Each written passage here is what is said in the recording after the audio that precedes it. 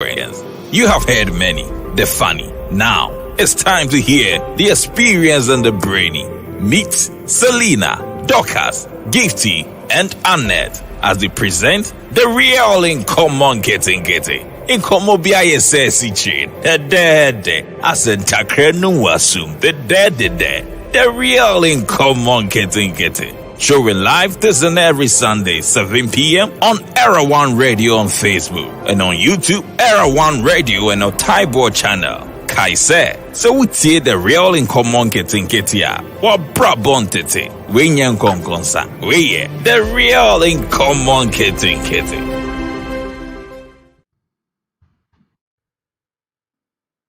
Good evening, ladies and gentlemen. Welcome to Era One Radio, the sports edition. I'm your host, Samuel Bubanshar, and I'd like to welcome you guys once again.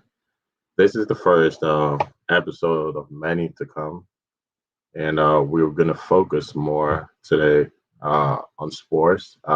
Generally, we're going to be talking about sports, but today specifically, we're going to focus on sports in Ghana. Primarily, we're going to talk mainly about how to get things rolling on the proper, platform in terms of the Black Stars, in terms of our local league, in terms of, things we can do to put things in better places. We just recently discovered that, obviously, I think everybody, if you really love, you were into soccer, you were into the game of football, as we all know it as Africans and the rest of the world. If you're into that, you do know the African Cup of Nations just ended, and Ghana was eliminated. It was very embarrassing, given that we were Ghana as a nation was one of the nations or countries that had high hopes. Pretty much every country or every single team that was about to play Ghana had to do their homework, because they based our performance based on our history. And if you look at history, Ghana has been one of the most dominating countries in the African Cup of Nations. When we talk about some huge African giants in football, you cannot take Ghana out. Actually, you take Ghana out, and the the debate becomes lopsided. But I think we're all devastated, and we're all very shocked given what happened. Playing 3 games and coming up with just 1 point was quite embarrassing to the nation. And we can only imagine, as someone who loves the game of football, as someone who loves the game of soccer, as well as someone who's been playing the game since I was a child, haven't really gotten an opportunity to play on a professional level as much as these Black Star players are playing. But there is some kind of sympathy that I have, that you should also have for the players and what they go through. Um, you know, I have listed down some of the problems that we can actually address today.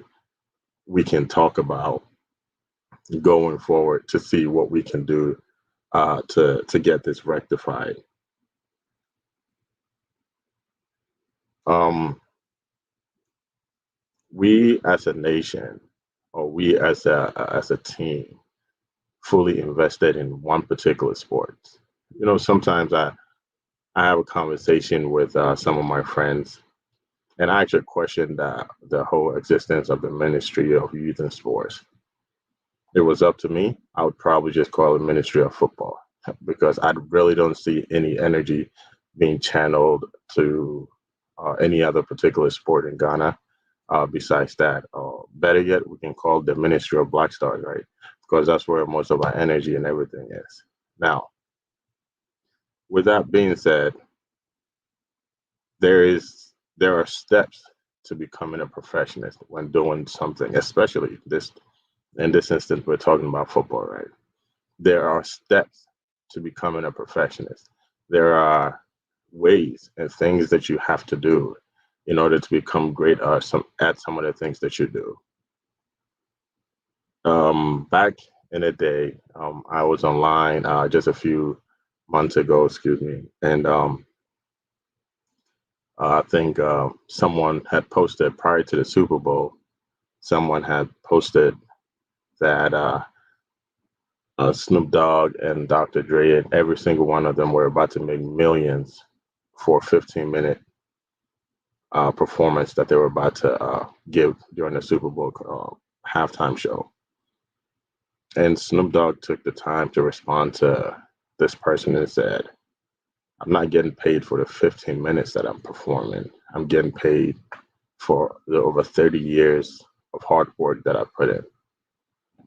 And it resonates with me because we live in a country, we live in a continent, or specifically in a country where we actually just expect, everybody who comes in to have immediate success. Now, we fail and we are so scared to actually fail when it comes to sports in Ghana. We're so scared to fail and learn from it, right? We don't learn from our failures. So we keep on piling up failure after failure because every single person who comes in as a coach has different tactics. He has different style of play. He has different likeness of players that they like to use. And that is one thing that I believe we're not taking into consideration here. We had CK come in. Uh, CK had his, granted he's been a previous player, so I was thinking he knew the system, he knew how things were, and everything. CK came in with his ways of doing things, his style of play. He pushed more midfielders forward, and left always. And every time I watched him, he left four defensive players back there. And then things did not work out as well as we expected him to perform. And this is where our mistake comes from. Right? It's not out of wrong for CK or any predecessor like anybody else. Um, a coach who just took over and got kicked off after just 3 games, which I think was unfair. CK did not have enough uh, time. I didn't think he had enough quality. I didn't think he had enough support um, behind him in order to succeed. Now we brought in Milo to do the job, which I'm not sure what prompted that decision, but Milo did a great job taking us to the World Cup in 2010. If we all believe what happened in South Africa, I don't mean to really remind our fellow Ghanaians the sad things that happened back in the day in 2010 in South Africa. But, Milo did a good job, not necessarily because he had this magic potion that he was just sprinkling on the players. He had been with the team for a while prior to that, right? So calling them, having training camps, uh, trying to figure out which player has certain strengths and weaknesses, and just pondering on them. I think that really helped him a lot. Now, fast forward to now, where he came in for just 3 games. I mean, just 3 games. He didn't have the same players. I mean, you look at the squad that he had versus now. He had the Sule Montari, the Michael Essien. He had Asamoah Gyan. He had Stephen Appiah. He had the Jonathan Manson. He had quality, and I'm talking about like statue of players that we had in Ghana, and that you can't say that that's not an ingredient to success. You fast forward to now, and he has to come in with just little time to work with some players that he has probably had never heard of prior to the African Cup of Nations. Now, let's fast forward to now. I actually feel bad for Otto Addo for taking on the position as a new head coach. Granted, it's something that we've always said. Why don't we invest in our local coaches? Why don't we invest in our local bred players? And I feel extremely bad for him. Chris, Houghton actually I did not believe that he's fit. I don't think Otuado is the right person for the job. Um, if we look at his history, if we look at Chris Houghton's history, Otuado has not been in Ghana. And you see, I always talk about this, right? Anytime I'm in Ghana, I was in Ghana just a few weeks ago. And one thing that I do when I go to Ghana is I play football a lot. So I was playing football with some of my friends, and very fierce competition as they call it down there. And one thing I noticed, everyone in Ghana is fit to play football, but tactically they lack a lot of tactical ways of playing the game. The passing, the movement without the ball, the tackling, the communication, and these are some of the things that I think, in my personal opinion, or two other possesses. But when it comes to having the, the hindsight of just bringing quality players, not outside, but from our local leagues, Matuado has been out of the country since 1992. I mean, I don't know if my math serves me right. That's over 20 years. That's 20 years or more. He's been out of the country. Playing in Hamburg, Hanover, Borussia Dortmund, Mainz, Hamburg again. And, if you come down the list, he started his coaching, position 2009 to between 2013 and 15. Sure, he was in the Black Stars, coaching staff, but really did not grant any positive results. I said, for that nature, he was let go. Now he comes back at a very critical point, in the Black Stars, and there's the reason why I'm saying I feel bad for him. Black Stars have no transitional. I need you guys to write this down. This is the reason why I'm saying I feel bad for him. Right? We have no transitional point. We have nothing, like no planning to say that better yet. Yeah, when this doesn't work, we're moving on to this. We like to ride that one thing to the very end. You look at the players that we have right now. We have no master strikers. We have no attacking mids.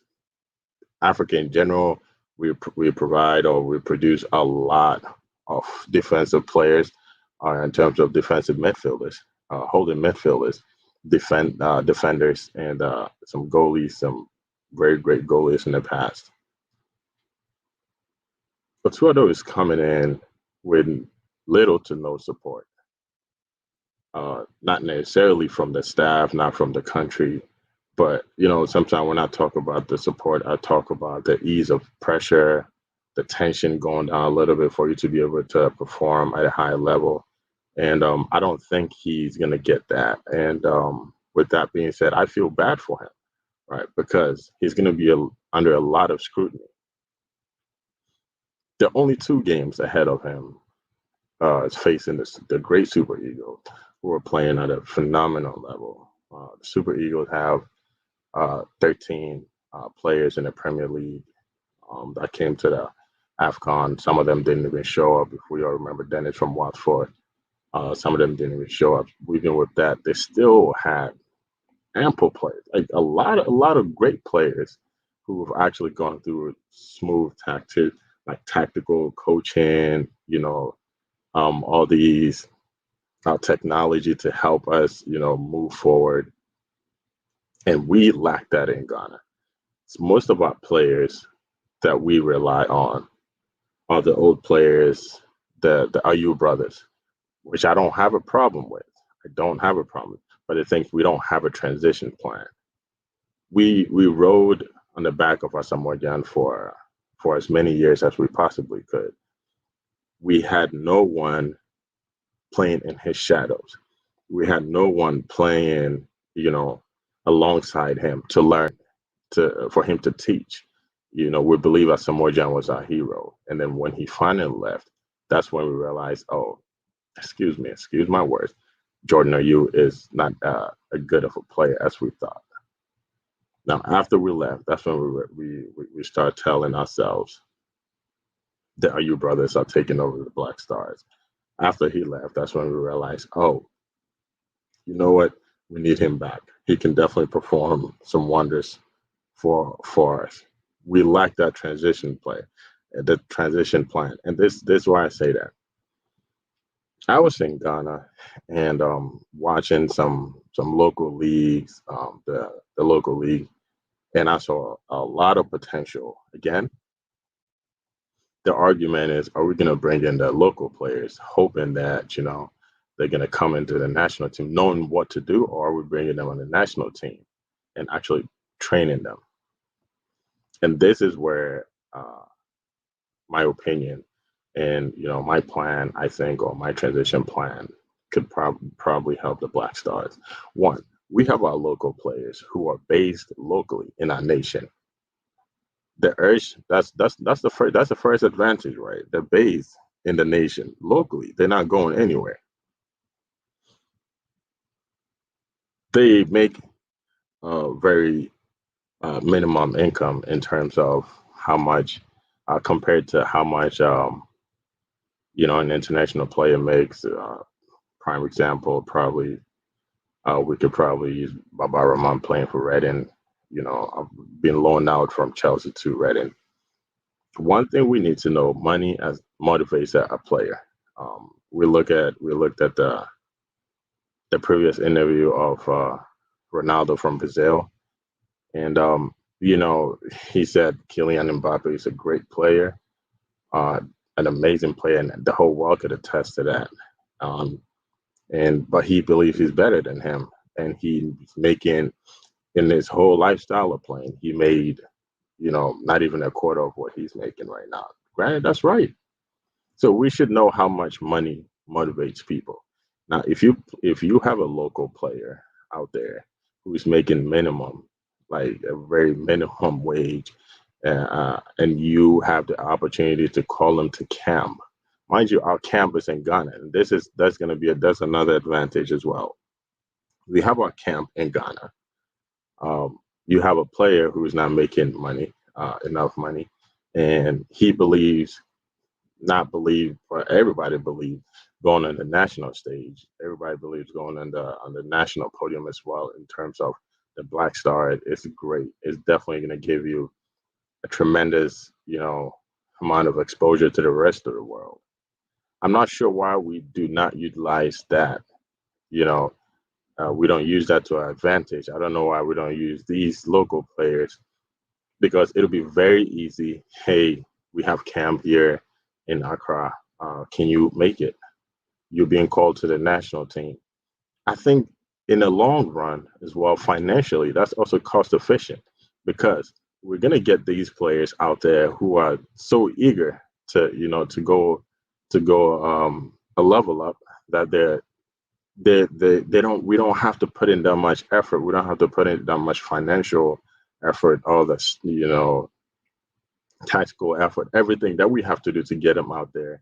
And the second thing is we have more time because we don't have to wait on these international players to release them and expecting them to come home and everything, which is now one embarrassing thing too that we always have to go through. It's so sad how we don't have any control over our international players. A player playing outside of the country, a player, playing uh, maybe in Europe, a player playing in China, Asia.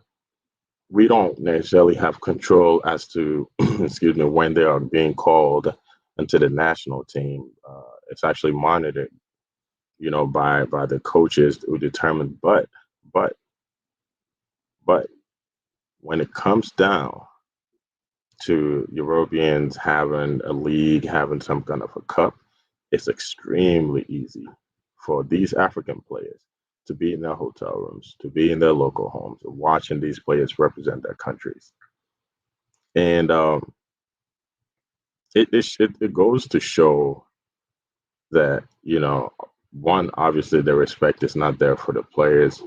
because I think we as a nation or we as a continent, we don't really respect the way that we do things and everything. So, um, if we're able to get more folks on the stage, if we're able to get more folks on the national team, that'll actually push people outside.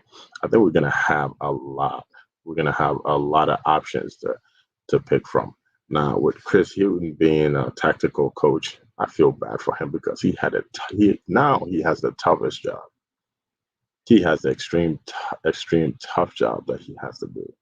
Now he has to go through the whole process of making sure that everything it's well said, everything is ready, tactically, in the backstage, trying to coordinate and with all the staff, making sure we can get some certain players like Lamte, we can get players like Salisu, and I'm not sure if even any of you guys know, but Callum Hudson of Chelsea contemplating on playing, for Ghana, and as a result, he has not really honored the call up to England. And this is why I cry for the local players. And now we're back to that, right? These local players try so hard. They play so hard. They put in so much effort. And yet, on the bigger stage, I guarantee you, Hudson Odoi is made a comment or has it on his Twitter, went on live on Twitter and said, if we make it to the World Cup, he's going to join Ghana. This is my question that I have to ask, not necessarily him, but to everybody else who actually is in support of that. Who's going to do the hard work for him to, come in and enjoy the fruit of the labor? And I don't get it. I'm not sure. And you know what? The blame is not to him. I'm not blaming him. The blame is of our leaders in terms of the GFA. They've created a pattern out there that really disrespects, that disregards the local players, the people who put in so much effort. And then when we get on the bigger stage, we call all these players out there to come and perform and to come and just get the glory. Let's go back to the advantages of investing in our local players. Financially, we talked about that, and the other part is you also get to have the transitional plan that I talked about, right? These local players cannot or probably will not be the strong foundation of the team, but remember, we are looking into the future. We're looking at the next World Cup. We're looking at the next African Cup. We're looking at any major outstanding, trophies out there that we can win as a nation. So, rather than inviting the Thomas Partey, the Jordan Ayew, the Dede Ayew, the Amates, the gold. I'm not even sure where our second goalie came from, but I think he came from the second division in the Premier League. I mean, in the English league. I apologize about that. But rather than going to the length of inviting all these folks, we can invest in the locals, spend so much time with them. They might not be as great. But I think with just a little time, right? If we are, and this is the thing, believe me, if we're spending an hour on the national with these senior players or these international players for them to jive together, we can spend 45 minutes for these players, the local players, to get together. There's a reason why I'm saying that. These local players play each other almost every weekend. They know each other's strengths. They know each other's weaknesses. They know each other's, capabilities. They know it all. Now, bring that in. They meet at camp and they talk about, oh, I know you can do this. I know you can do that. And that is how you get the team chemistry going, right? you have so many international players who come out there with so many requests. They come out there with so many, uh, um, referrals. And I'm not sure if you guys saw Wakasa's interview a few weeks ago on Kwekumene's channel. That during camp they actually suggested players to the coaches, and some of the players are their family members, close friends. They just want to get them on the national team so they can actually get to a higher place. And that comes to tell you, right? The league, the Black Stars, has turned into like a family business, like a personal gain as opposed to a national treasure. And again, that is one of our major concerns. Now, before we go on commercial break, I definitely would like to also emphasize on one thing. Hello, beautiful people of Ghana. This is Banahine Specialist Hospital. We are so excited to announce to our people Ghana that we are finally opened and we are accepting patients. At Banahine Specialist Hospital, our extraordinary physicians and nurses are here to provide a high quality medical service to our extraordinary patients. Our services include primary care services, maternal, neonatal, and pediatric services. We also have an in-house pharmacy. We have x-ray and laboratory services available to you. Come to us for all your healthcare needs and you will be happy you did because we believe the health is wealth. Thank you and stay blessed.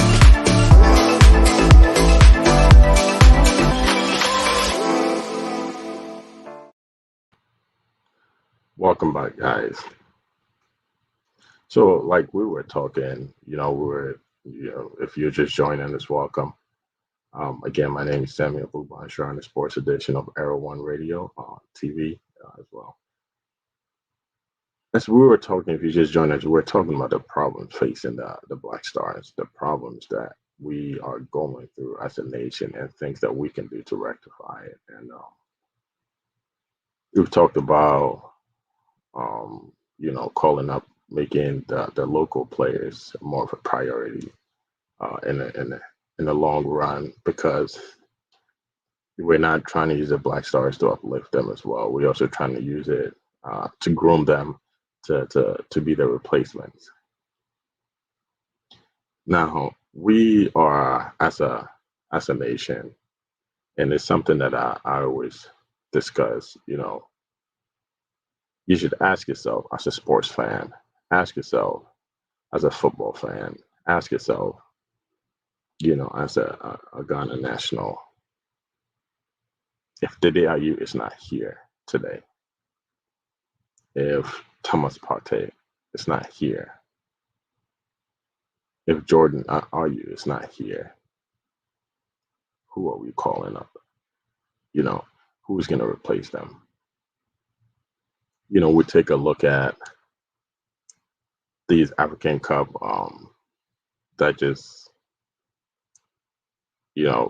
ended with, again, congratulations to the great country of Senegal for lifting the trophies. Well deserved. Amazing performance by Sadio Mane and his team. But, we look at this team that just ended, and we had excuse me, we had some local players in there. And this is why I'm talking about, this is what I was talking about when it comes to investing in them. Now, you have players playing a certain way because that's all we're used to. We have players like doing things because that's what, they've been groomed to do. We had a player, I think Isaka, and he was brought on. And this man was taking shots from over 40 yards away trying to score. I'm not sure who he thought was in the goal. Almost every shot that he took, he lacked the tactical training. Yes, he can play football. He can kick the ball. He can run around. He can do everything, but he lacked it. And, having a training camp with just nothing but just local players is actually just gonna help them just learned that from Otuado being, outside, or just learning the Dortmund way for as long as he's been there. That Chris Hughton just watching from upstairs, who can actually just input some of his decisions in there. We have a very strong core right now, but it doesn't take away the fact that I feel bad for them because they're not going to be in control. I feel bad for them because they are just going to be puppets on a string to be told what to do, how to do it, when to do it. Let's take a closer look at the local coach versus, someone who's always been out. We have this idea, we have this mentality, we have, this analogy of someone coming from outside, someone coming from, um, out of Ghana is always going to be greater than someone in Ghana.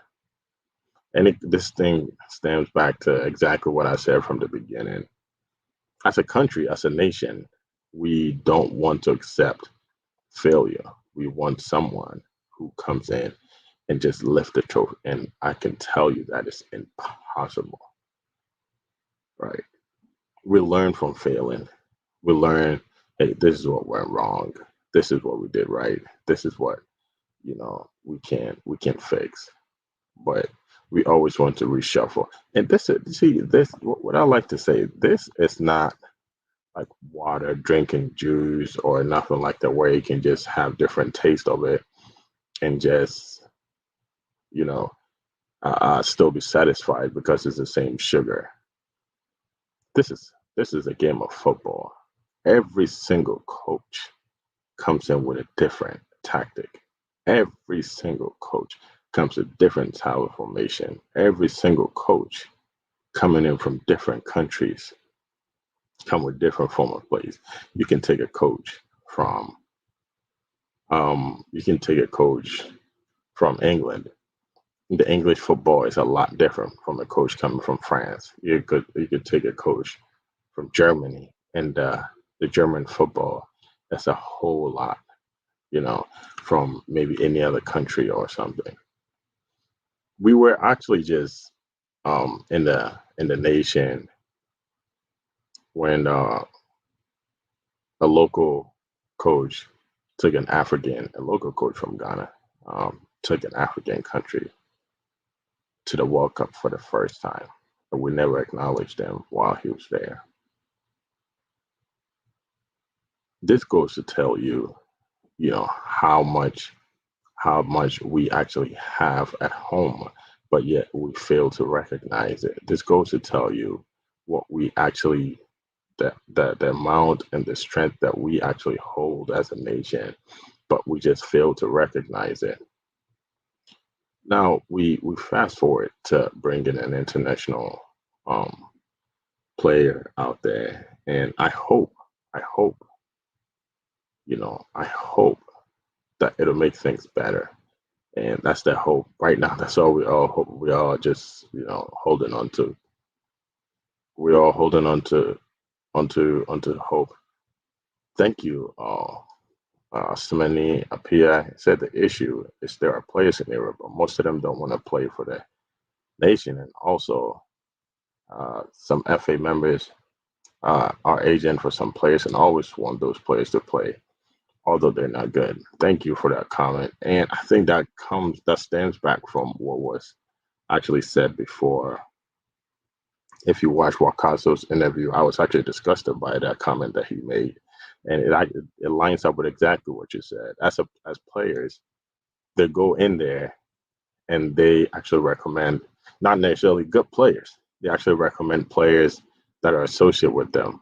Um, and that's why I said I feel bad for the coach, because he's not in control. He's gonna be a puppet. He's gonna be on a string, and he's not gonna be allowed to do what he can do. Kind of like what you said. The FA have their own players. The FA have their own family members. The FA have their own friends and families that they're probably old favorites to, and that they actually push for them to get on the Black Stars. The European players, are not trying to play. I was watching a podcast. I was listening to a podcast, and Sally Sue came on, defender. Turned out to be one of the greatest defenders for in the Premier League. Played for Southampton. I don't know how many of you guys heard about him, and he made a comment to Alhaji Grusa and said if he was his son, apparently Elijah Grusa had, confronted or just approached him to play for the Black Stars, and he responded to him, "If I was your son, would you really tell me to play for the Black Stars?" I thought it was harsh, but after listening to the podcast, just looking at everything that happened at AFCON, everything that's just been going on, I don't think that was harsh. I think he was in the right state of mind to ever say that, and I 100%, agree with him. Um, like Smenika Apia commented on it. These players, it's not like they don't want to play. Playing for your national team is pride. Playing for your national team like held a lot more than playing for a club or anything like that, right? But we lack foundation to actually you know get these players to stay, to get these players to be happy. We live in a country where the Ministry of Youth and Sports, like I said before, has diverted all the attention to football, money and everything to football. Yet we fail to pay these players. Yet we fail to give these players the great support that they need. When I went to Ghana, I went to the Accra Sports Stadium out of curiosity. And when I went there, I actually saw how disgusted I was at how what the field actually looked like, the grass actually looked like, you know. And as a player playing in another country, as a player playing in a whole different, nation with everything being provided, and you coming home hoping on a national level, hoping that you would be treated fairly, or you get the same uh, treatment, or you even get something higher. You come in there and play on a field that is so bad. And I'm not sure, how many of you guys know, but playing on a bad field like that makes you or gives you it, it actually just amplify your risk of getting injured, And that's one of the main reasons why players are scared of coming home to play. Our fields are not good. Our leaders they don't have stability on the national team. They actually don't have any control. Coaches are being told what to do. Players are not being heard in terms of who wants to play versus who just has to play. There's a coach that I adore so much, called the Special One, Jose Mourinho. And Mourinho is a coach who probably does not care about what an owner of a team would say. He's in charge, and as long as he's a coach, he's in charge. I remember when he started coaching Chelsea, um, he invested in a lot of midfielders and ended up just sending out most of the strikers on loan. He was questioned. He was questioned by a lot of journalists, sports, journalists, coaches, commentators.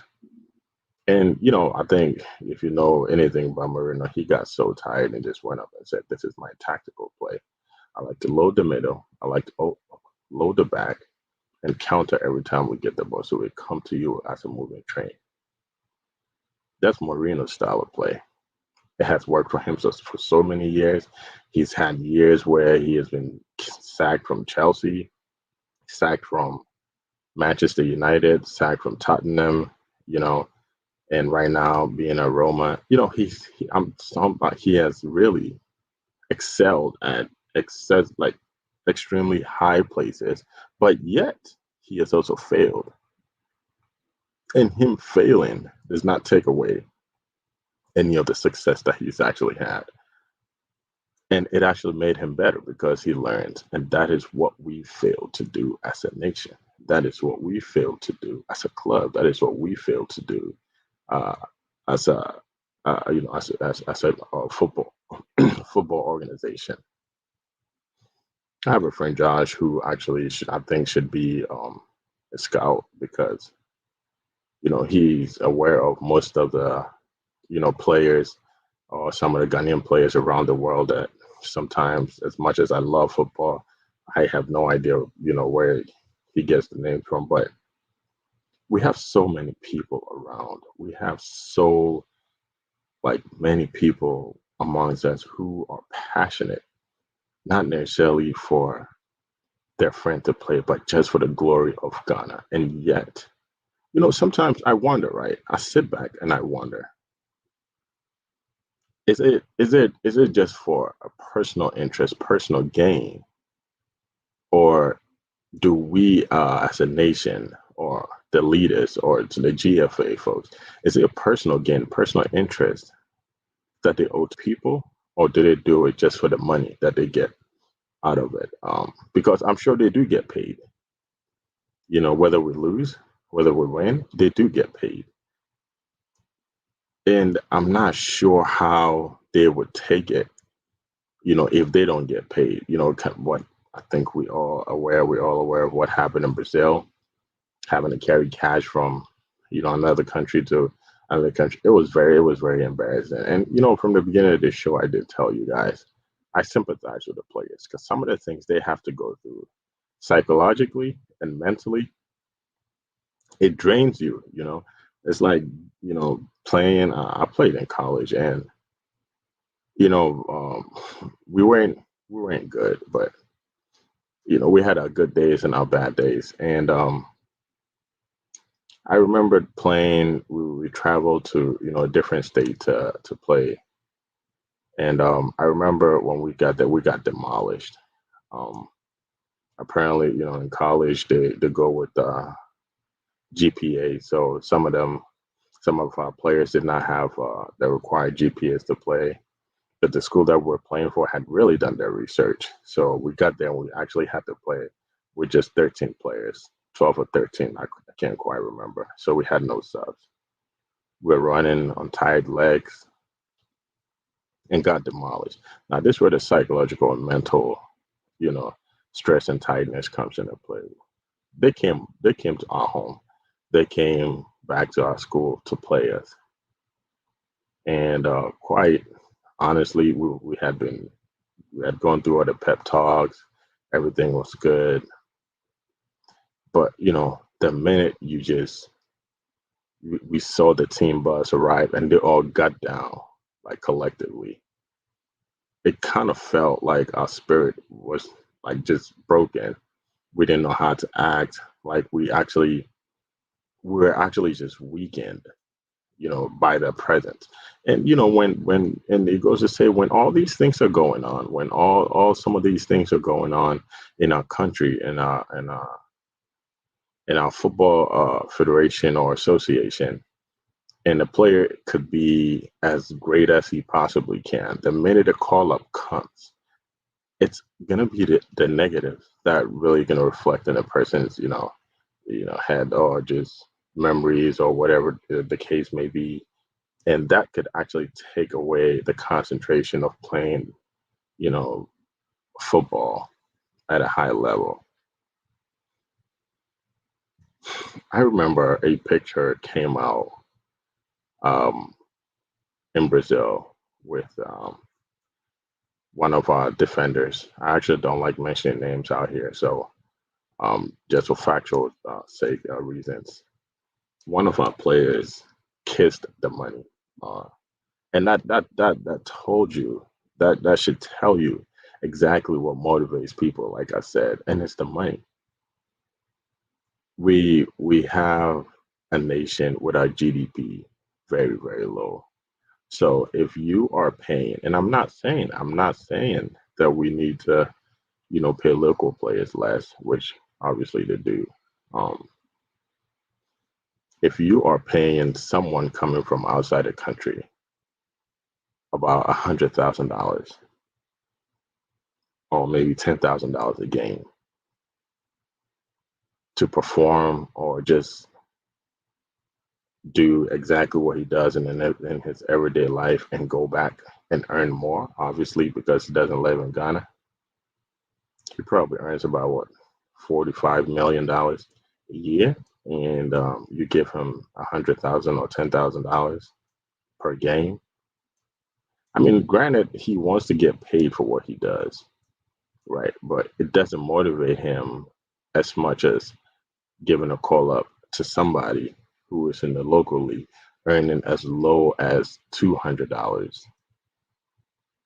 And I know, some of you guys may be surprised, but that is how low that folks are actually making.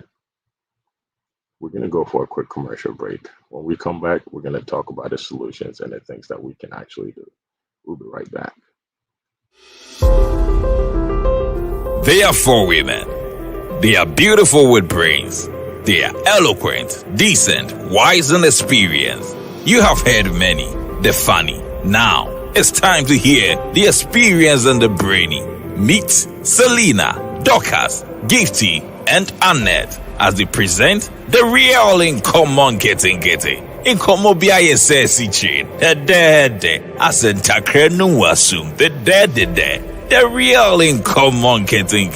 Showing live this and every Sunday, 7 p.m. on Era One Radio on Facebook and on YouTube, Era One Radio and on Taibo channel. Kaise, so we see the real in common getting what brabon tete, winyan konkonsa, we the real in common getting.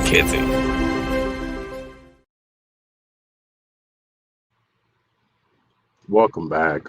The last few minutes, we're going to be talking about solutions. Thank you if you're just joining us again. My name is Samuel Bubanshar, and this is Hot Sports with Era One TV. We're just talking about topics and the problems facing our league at this particular point. Now, we've mentioned a whole bunch of problems that we're facing. We got comments from our viewers as well, which we really appreciate. Now, let's talk about the solutions. It's very easy to really talk about the problems, and I think that's one of the great things that's one of the things that as an African or even as Ghanaians, we're actually very, very good at, and we have to face the fact. It wasn't until I moved to the United States and I started working out of school that's when I realized that it's always great to talk about problems, but when you talk about problems without solutions, you're just piling up the problems. So now let's talk about the solutions. I think we talked about the coaching staff and what they're going to be facing. We talked about the players. We talked about the favorites, the GFA manipulation we talked about. Now, this is my little piece of advice. Let's see how far it goes. If it's going to go further away from my place of living. We need to understand that the Black Stars is not made for profit. We are not there. The Black Star is not there to make profit for the nation. We need to understand that a national sport, a national team is playing for pride, not for profit. And until we actually come to understand that, we would absolutely think as supporters, as fans, as family members, as prideful citizens, we're always going to think, we're throwing away money. We are not made for profit. That's one thing we need to understand. This is not a family business. And I know I said I'm not really going to talk about family members, but in terms of the Ayu brothers, this is not a family business. Your dad has been one of the greatest. The dad has been one of the greatest players to ever play for Ghana or ever represented Africa in general. When you talk about Video Pele, um, a lot of people don't know Pele is actually not his name.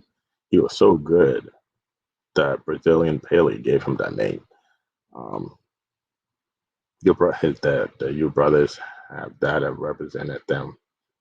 Maybe it's time for them to play, or you to play a locker room captain, the backdoor captain.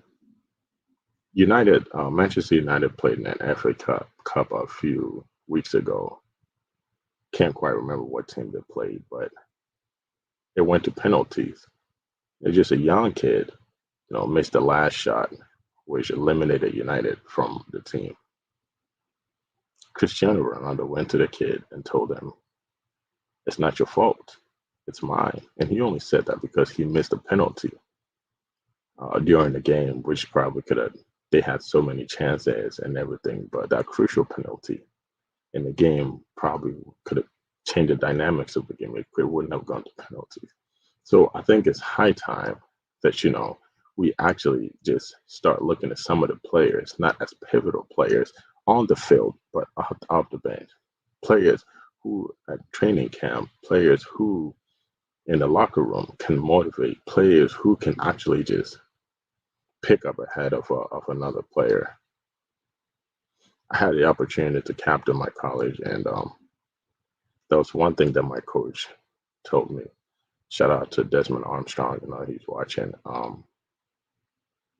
And he told me, as a captain, it's your duty not just to wear a band, but to be a mirror of reflection to everybody else who was on the field. So anytime we lost a game, we had players who were looking forward to win and put their head down. And he told me it's my responsibility to lift their heads up.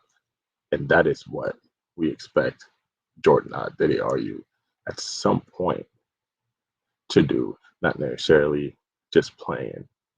At his age, with all the injuries that he's been through, with all the ups and downs, mostly downs that he's been through in his career, I was really quite surprised that he got the opportunity to play, almost full games at the African Cup of Nations. He's very enthusiastic. He's very energized, and that's good because when you come in there, people feed off your energy. When we play in our Sunday leagues here, my teammates tell me, "Sam, you are a leader. The minute you start, losing control, we all lose spirit." And these things resonate with me as a player. And I think it's something that, he should do. His energy and his emotions are great, but passionate about the game. But his playtime needs to go down. Again, it can only go down if we have the solution to that is transitional plan. Who is there to replace him? Are we going to keep calling all these international players? Are we going to invest in the local players? And the answer to that is simple. During our friendly games, during little, games that we play against teams that are not highly ranked on the FIFA board, I think that, the right thing to do is to invest more on these local players or these players who are actually lower in standards compared to just to give them the confidence and everything.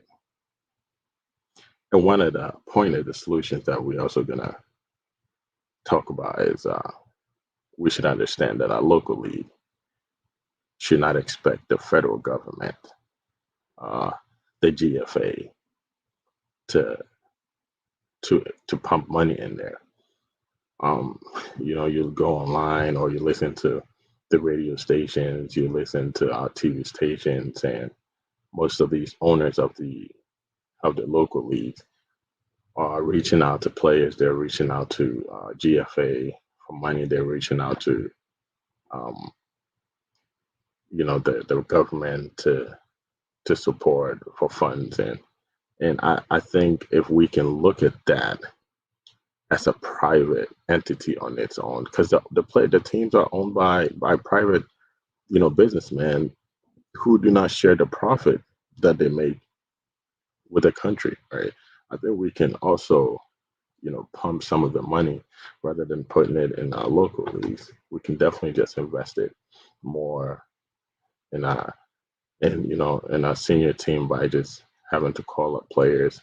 And the thing is, if we're able to call up players and be able to go outside the country, the private teams, they get the money. The GFA has the percentage they have is nothing compared to, what they actually get from selling the player. But again, it'll give them exposure. It'll give them the platform that they need to play. It's funny, during 2010 World Cup, what was it, 2014? Yeah, it was 2014 during the World Cup. And, during Ghana and Portugal, the player, Ronaldo made a comment. Pepe made a comment that one of the Ghanaian players at some point was just looking at Ronaldo like for more than 30 seconds. And in football, we call that stage fright. He saw this amazing play and he couldn't believe. At this point, he's mentally broken, psychologically broken. And if we can implement some kind of transitional plan, like I said, if we can actually just give these coaches the chance to fail, they can actually do something to actually improve our national team. The last thing I'm going to talk about, and I think I've already mentioned it, I just did, is the coaches giving them chances to fail. Failure is a part of success. You can't necessarily just have it all.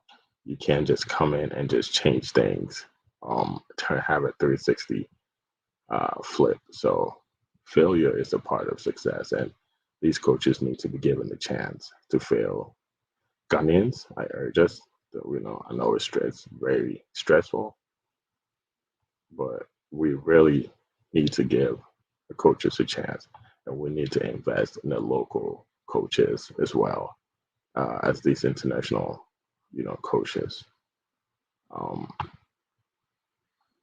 We should take a look at Senegal and use them as an example. Had a player, at the coach at some, time was a player. He's been coaching them for so many years. They've been to the finals before lost, been to the AFCON a few times. They held on to him. He didn't win because he had all these players who are so good. He had all this.